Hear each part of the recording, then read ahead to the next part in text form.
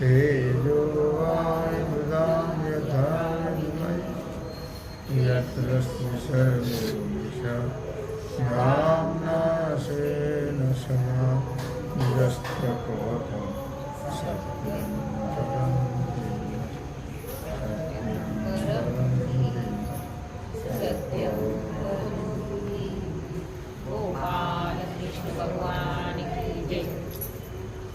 आणि काम्य कर्माकडे न पुरते तिजेथ कोडे तीर्थ चंदनाचे खोडे न लेखिते. भगवान सिद्धेश्वराच्या शिवकृपेने श्री रुक्मिणी पांडुरंगाच्या चरणाजवळ बसून श्री सद्गुरु ज्ञानेश्वर महाराज, श्री जगद्गुरु तुकाराम महाराज, श्री संत एकनाथ महाराज यांच्या चरण सानिध्यामध्ये आपण सर्वजण मिळून महान ग्रंथराज ज्ञानेश्वरीच्या 18व्या अध्यायाच्या 898 ओवीचा आपण विचार करतो आहोत. विषय आहे राजस तामस सात्विक.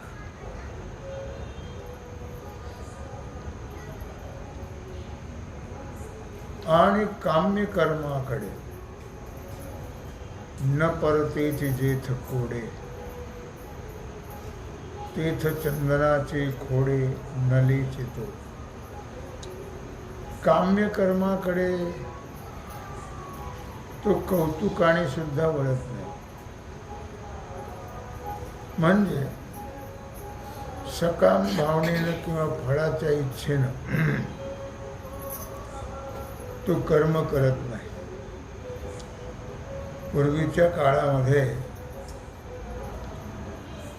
गुन्हेगारांना जी शिक्षा केल्या जायची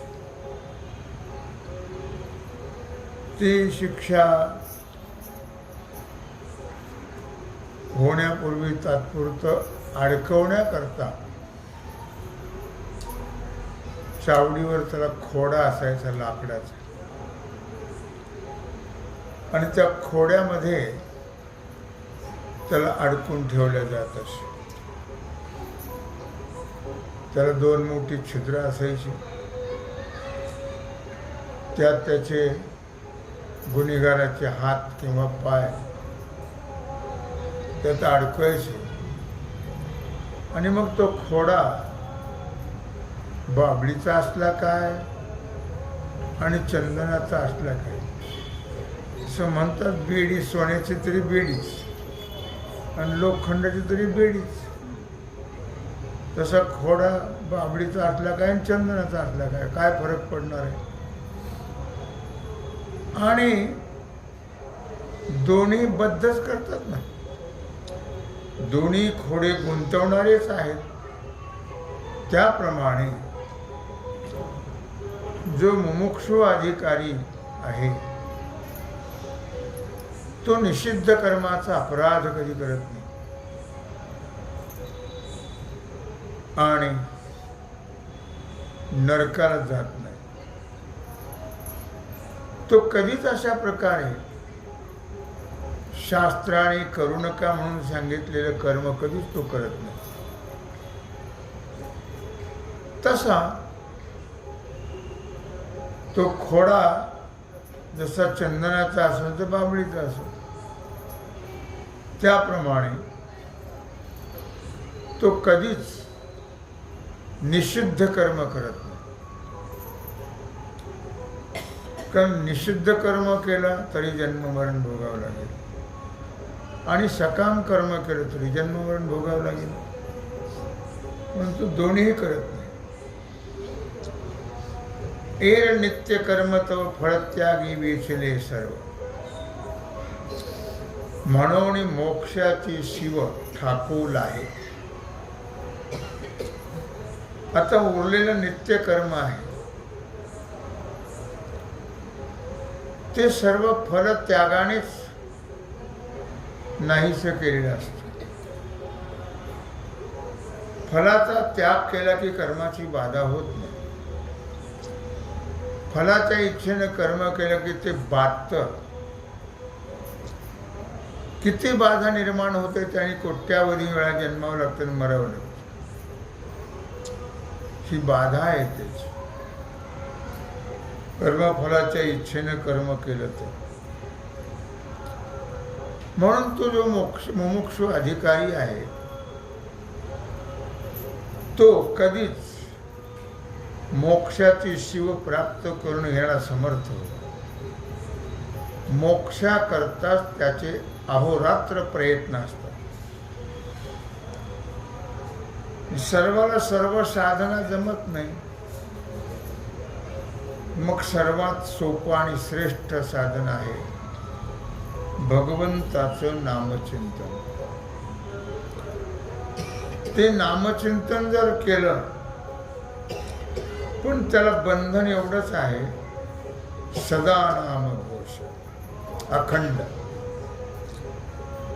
दुसरं काही बोलायचंच नाही. बोलावा विठ्ठल, पहावा विठ्ठल, करावा विठ्ठल जीवे भाव.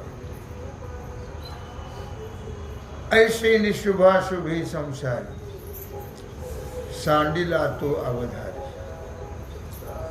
वैराग्य मोक्षद्वारी उभा ठाके. अशा पापपुण्याचं जे फल आहे ते पापपुण्याचं फल आहे स्वर्ग आणि नरक. मग संसाराने सोडून दिलेला तो अधिकारी, संसाराने सोडून दिलेला याचा अर्थ असा की तो संसाराचा कधी विचारच करत नाही. तो फक्त एवढाच विचार करतो काही मी उद्धार पावेल, काही कृपा करेल नारायण. ऐसे तुम्ही सांगा संत जन, करा समाधान चित्त माझे. बस एवढीच त्याची इच्छा असते. तो बाकीचा कधीही विचार करत नाही. म्हणून संसाराचा विचार तो करत नाही, पण संसाराने त्याला सोडलेला असतो. एवढा तो अधिकार संपन्न असतो की त्याला जन्म मरणाची बाधा होतच नाही. आणि म्हणून तो अखंड मोक्षाच्या दारामध्ये उभा असतो. अर्थात त्याला नित्य मोक्ष प्राप्त असतो. याच देही हेची डोळा, भोगू मुक्तीचा सोहळा, अशी त्याची स्थिती असते मुमुक्षुची. जे सकळ भाग्याची सीमा,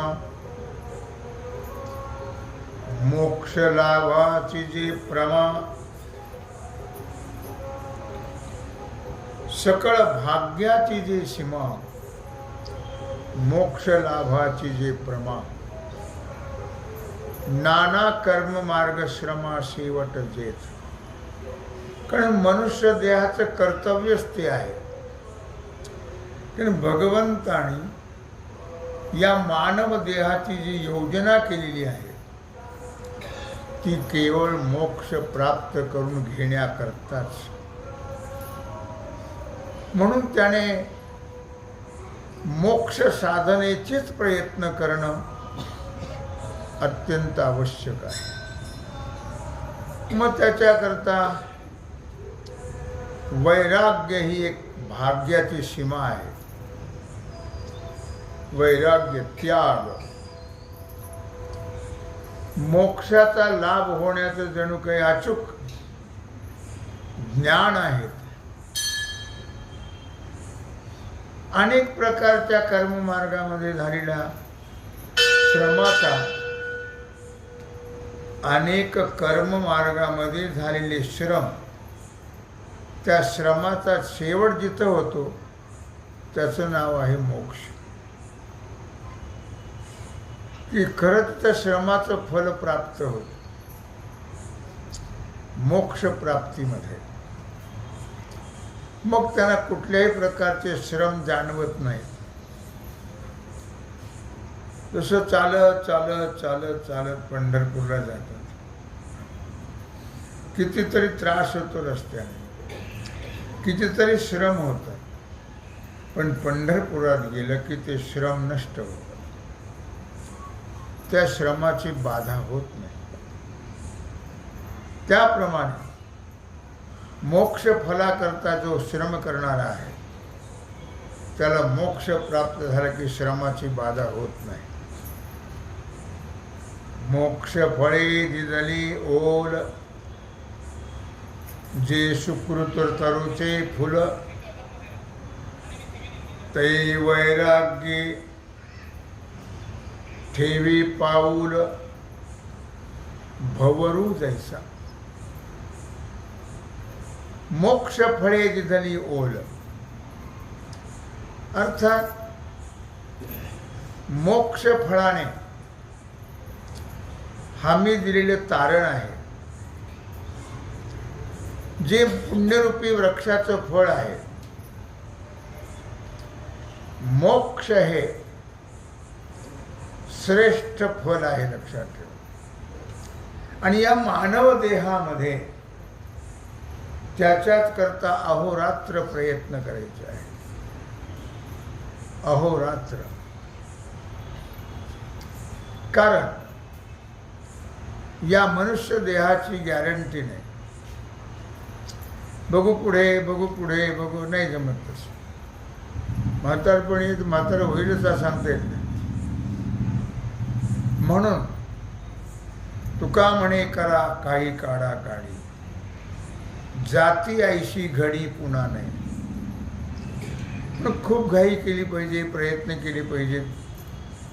कारण जी वेळ चाललेली आहे ती वेळ पुन्हा येत नाही, लक्षात. आणि कोणती वेळ कशी येईल याची काही गॅरंटी नाही. आणि म्हणून पुण्यरूपी वृक्षाचं फल म्हणजे मोक्ष आहे. आणि त्या वैराग्यरूपी फुलावर त्याग, त्यागाशिवाय भजन होत नाही. त्याग केला तरच परमार्थ घडतो. परमार्थात त्याग जर केला नाही तर मोक्ष प्राप्त होत नाही. आणि म्हणून वैराग्य रूपी हे एक फूल आहे, त्याग. आणि त्या साधक रूपी भ्रमर जो आहे तो त्या वैराग्य रूपी फुलावर हळुवारपणाने पाऊल ठेवतो. म्हणजे तो मोक्ष मार्ग आयुष्यभर प्रयत्न करून तो प्राप्त करून घेतोच. पाही आत्मज्ञान सुदिनाचा, वाधावा सांगतया अरुणाचा, उदयत्या वैराग्याचा ठाव पावे. पाही आत्मज्ञान सुदिनाचा. अर्जुना, असं पहा की हे वैराग्य जे आहे, वैराग्य त्याग, परमार्थामध्ये त्यागाला फार महत्त्व आहे. म्हणून वैराग्य जे आहे हे आत्मज्ञान रूपी आनंदाचा दिवस उजाडणारा आहे. त्या वैराग्याने, वैराग्याशिवाय आत्मज्ञान प्राप्त होत नाही. सोडल्याशिवाय मोक्ष प्राप्त होत नाही. सर्व सोडायचं असतं. देहाचं सुद्धा तादात्म्य सोडायचं असतं. कारण देह सुद्धा आपला नाही आहे. देह हा पंचमहाभूताचा आहे आणि तो त्याला द्यावाच लागतो. शेखी ज्याची त्याला देणे पडे. पण ज्यांच्याकडून तो घेतला त्यांना द्यावा लागतो, लक्षात ठेवा. आणि म्हणून जर हा उष्णा आणलेला आहे भाड्याने घेतलाय मंगल कार्य करण्याकरता. हे पंचाचं कार्यालय आहे. मनुष्य देह तो भाड्याने घेतलेला आहे मंगल कार्य करण्याकरता. ते मंगल कार्य म्हणजे मोक्ष आहे. त्या मोक्ष प्राप्ती करता भगवंतानी हा दिला आणि पंचतत्वाचा भाड्याने घेतला. मंगल कार्य संपलं की तो ज्याची त्याला द्यावा लागतो. मोक्ष प्राप्त झाला की हा देह ज्याचा आहे त्यांना द्यावाच लागतो. तुम्ही किती त्याला कुलकायदा लावण्याचा प्रयत्न केला तरी कोणीही तुम्हाला कुलकायदा लावू देत नाहीये, लक्षात ठेवा. अशा प्रकारे हा सुदीन आहे. सुदीन अशा प्रकारे उजाडल्याची शुभ वार्ता सांगणाऱ्या अरुणाचा जणू काय उदयच आहे. वैराग्य जसं अरुण म्हणजे सूर्य उदयाच्या अगोदरचा जो प्रकाश आहे त्याला अरुणोदय म्हणतात. तो अरुणोदय सूर्य आता उगवतो आहे हे सांगण्याकरता तो पुढे येतो. त्याप्रमाणे हा जो वैराग्याचा प्रकार आहे ते वैराग्य म्हणजे केवळ मोक्ष प्राप्त करून घेण्याकरताच आहे. वैराग्य झाले की ते सांगते तुम्हाला निश्चित मोक्ष प्राप्त होईल, पण सर्व सोडा. सर्व सोडायचा अर्थ तुमचं काहीच नाही आहे. सोडायचं आणि धरायचं काही प्रश्न नाही. हा आपला आहे आता ते सोडायचं मग दुःख होतं माणसाला. जसं आपण धर्म कार्याकरता सत्कर्मा करता जर पैसे खर्च करायचे म्हटलं तर आपल्याला दुःख होतं की होतं. कसं सोडावं कसं सोडावं. लग्न कार्यामध्ये लौकिक असाल तर तिथं मात्र आपण त्याचा विचार करत हो नाही आहे, लक्षात. पण जिथं ज्याचा काही उपयोग होत नाही त्याचा आपण विचार करत नाही, आणि ज्याचा उपयोग आहे ज्याला फल आहे त्याचा मात्र आपण निश्चित विचार करतो. म्हणून म्हटलं या ठिकाणी की त्याग वैराग्य हे सर्व सोडायचं आहे. आपलं काही नाही आहे. माणसाला वाटतं कसं सोडावं कसं सोडावं. तू आणलं होतं का? नव्हतं आणलं. हे अगोदरचंच आहे ना, अगोदरचंच आहे. मग तू बरोबर घेऊन जाणार का? नाही. मग सोडण्याचं काय दुःख आहे? जे आपलं नाहीच आहे ते टाकायचं काय हरकत टाकायला. देह आहे काळाचे धन कुबेराचे तेथे मनुष्याचे काय आहे. देह आपला नाही, मग त्याच्याकडून परमार्थ करून घेतला तर काय हरकत आहे. धन आपलं नाही, धन कुबेराचं आहे, पण आपल्याला असं वाटतं आपलंच आहे. मग ते उदार अंतःकरणाने त्याचा सत्कर्मा करता खर्च करणं काही हरकत आहे नाही. परंतु माणसं तिथं नक्की विचार करतात, आणि त्यामुळे मोक्ष मिळण्याच्या ऐवजी बंधच प्राप्त होते. किंबहुना आत्मज्ञान जेणे हाताये निधान ते वैराग्य दिव्यांजन जीवेले तो. किंबहुना आत्मज्ञान फार काय सांगू म्हटले अर्जुन. भगवान म्हणतात ज्या योगाने आत्मज्ञानाचा ठेवा प्राप्त होतो तसंच करणं.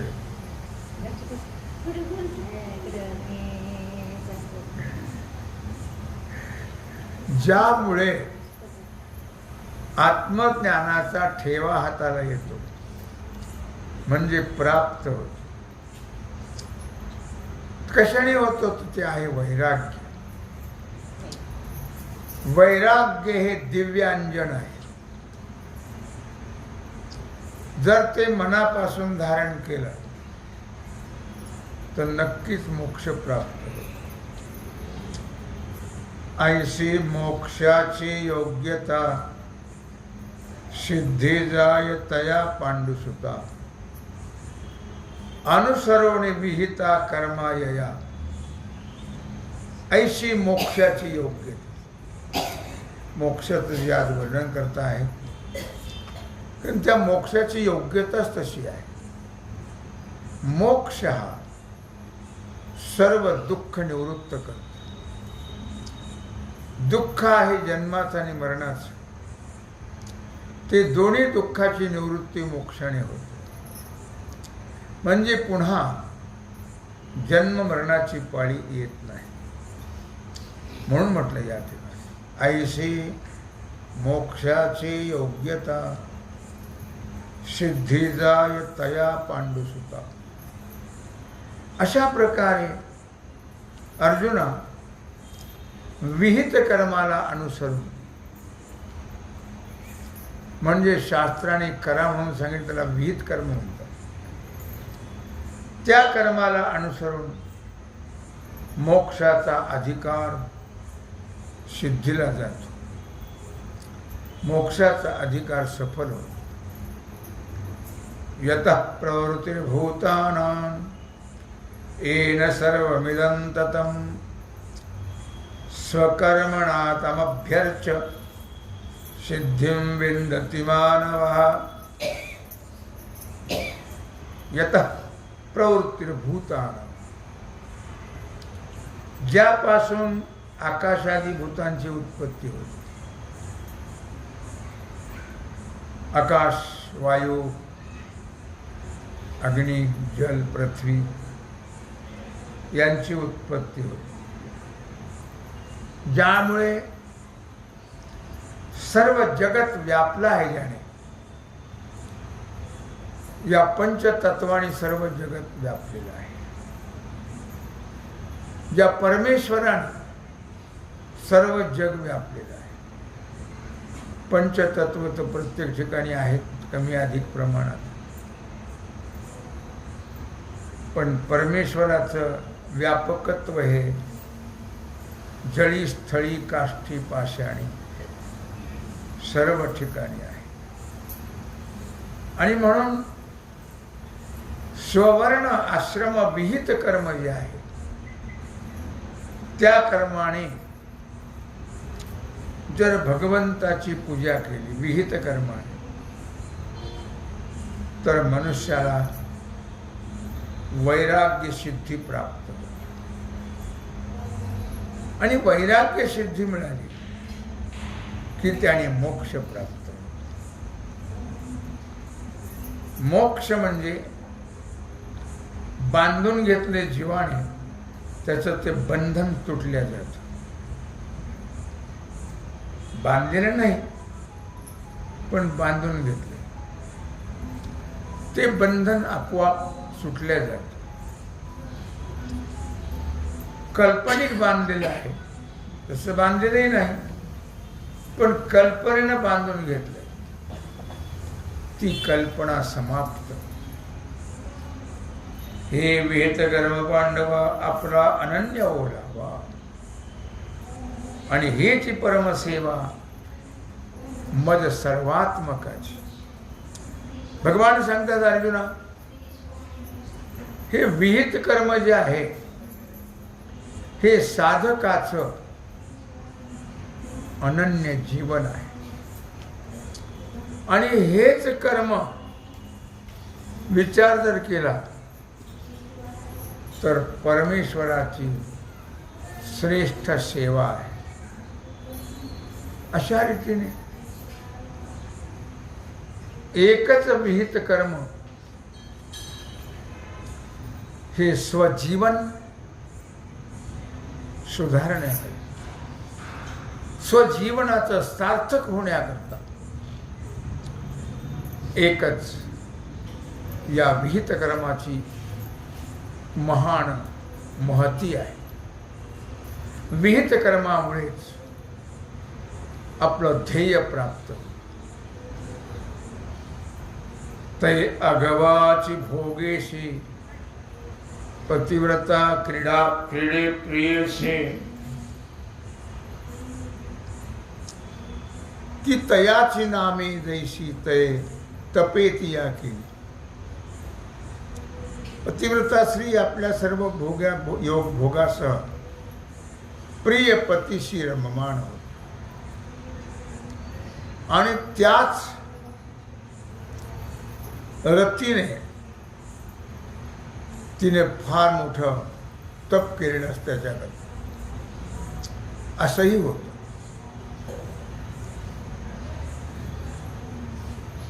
तपश्चर्याशिवाय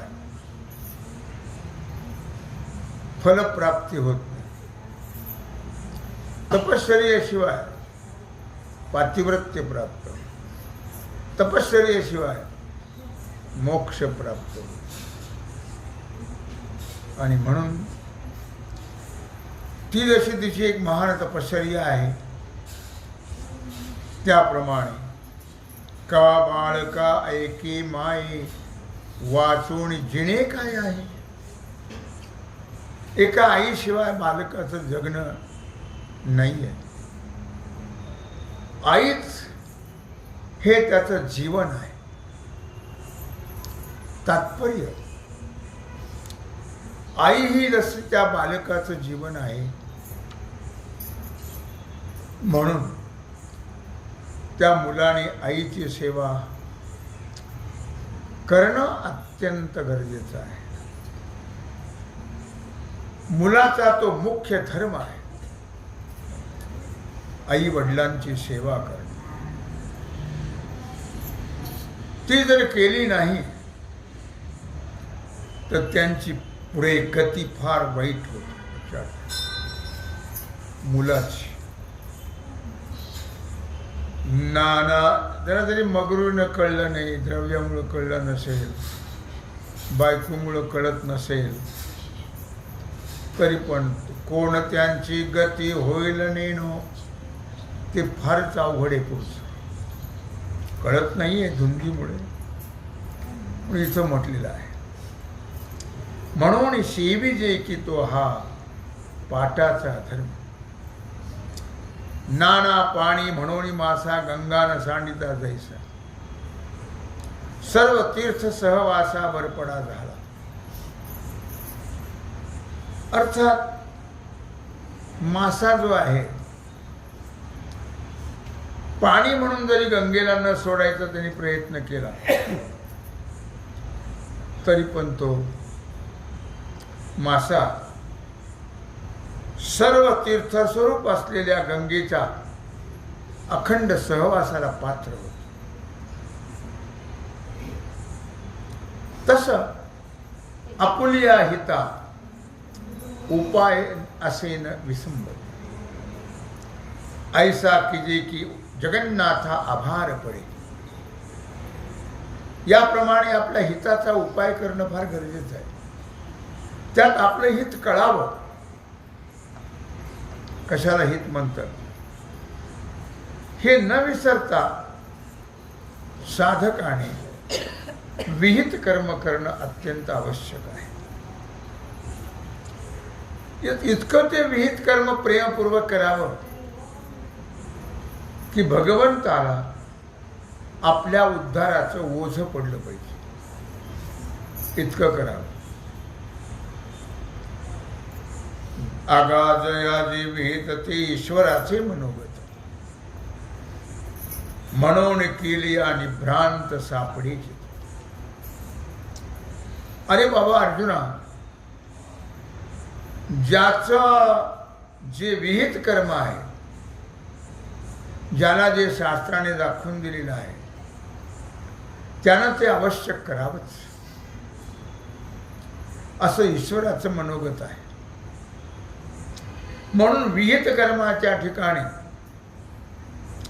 निषिद्ध कर्माचा, निरर्थक कर्माचा भ्रम ठेवू नये. त्या भ्रमाचा त्याग करून विहित कर्म करत राहा.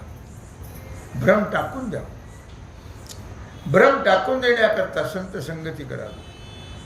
भ्रम टाकून देण्याकरता सद्ग्रंथाचं श्रवण करावं. म्हणजे तो भ्रम कळतो आणि तो भ्रम टाकता येतो. पै जीवाची कशी, नंतर तो ईश्वराला खात्रीनं प्राप्त होतोच. जैसे जीवाची कशी उतरली ते दासी किरगोसावीन झाली, तैसी सेवेची तया मवली वही जो जेवी. ज्याप्रमाणे दासी असते, जर तिने सेवा केली की ज्या सेवेच्या द्वारे ती राजाची पट्टराणी होते, त्याला कारण तिनं मनोभावे केलेली सेवा आहे. तसा किंवा जसा शूर शिपाई आपल्या मालकाकरता, स्वामी करता युद्धामध्ये मरायला तयार होतो, त्याला सेवेचं बक्षीस म्हणून कितीतरी नंबर असलेली जमिनीची चोपडी दिली जाते. असं पूर्वी होतं. त्याचं कारण मनोभावी केलेली सेवा. तसं ईश्वराची जर आपण मनोभावे सेवा केली आणि त्यागपूर्वक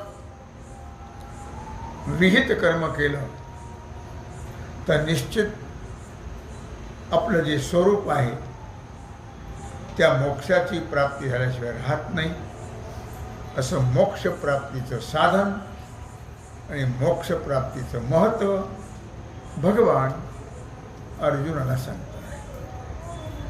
तेव्हा झालेली सेवा भगवत चरणी समर्पित करून राहिला सेवेचा भाग आपण उद्या कुंडलिक वरदा.